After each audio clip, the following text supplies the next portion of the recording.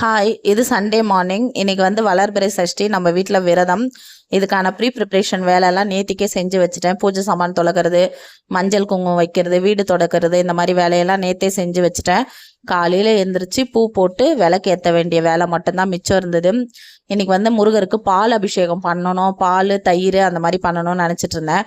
ஆனால் மறந்துட்டு காலையில் பாலை காய்ச்சிட்டேன். அதுக்கப்புறம் வீட்டில் இருந்த தயிரும் விபூதி மஞ்சள் மட்டும் இந்த 3 வச்சு முருகருக்கு அபிஷேகம் பண்ணிட்டு வெற்றிலை தீபம் வந்து போட்டுட்டு சூப்பராக முருகரெல்லாம் கும்பிட்டு முடிச்சாச்சு. காலையில் வந்து எந்த பிரசாதமும் செய்யலை, ஒரு மாதுளம்பழம் மட்டும் வச்சு விளக்கேற்றி சாமி கும்பிட்டுருந்தேன்.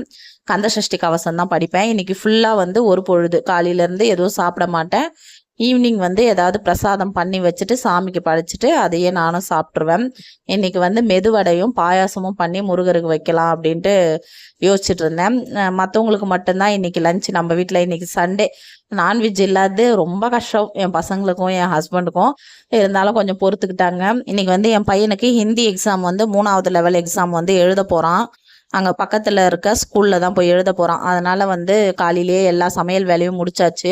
இன்றைக்கி நான் வெளியே போகிறதுனால ரொம்ப சிம்பிளாக பகோடா காரக்குழம்பு தான் வச்சுருந்தேன். அதையே இட்லிக்கும் தொட்டுக்கிட்டாங்க. மதியம் ஒயிட் ரைஸ் மட்டும் வடித்து வச்சுட்டேன்.